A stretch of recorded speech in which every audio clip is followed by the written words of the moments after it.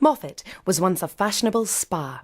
These days it's a genteel borders town. Its wide high street is home to the Moffat Ram, a statue with no ears. Indeed, it is rumoured the sculptor, William Brodie, later committed suicide for this omission. The town boasts the country's narrowest street, Syme Street, and even the shortest, Chapel Street. It has a long tradition of accommodating visitors with numerous bed and breakfasts. A first-class example is Del Mar, located a few yards off the high street on Beechgrove.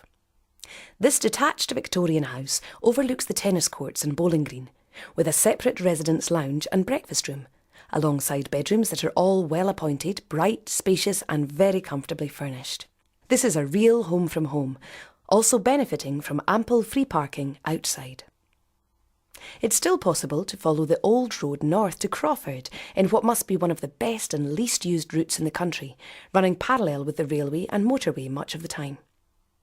Then head across country via the Dalveen Pass, a wonderful mountain pass through the rounded Lowther Hills to Thornhill.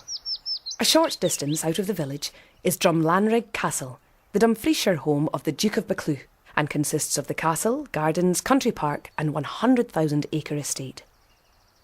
Drumlanrig Estate is part of the largest privately owned landholding in Europe, totalling 277,000 acres.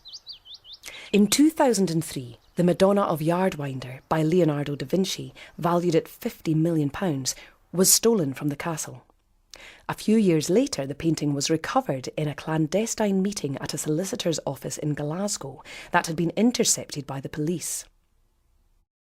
Sanquhar is a small borough on the banks of the River Nith, known for its ruined castle, seat of the Crichton family, the most famous being the Admirable Crichton, the 16th century polymath genius who was killed in a brawl in Mantua at the age of just 22.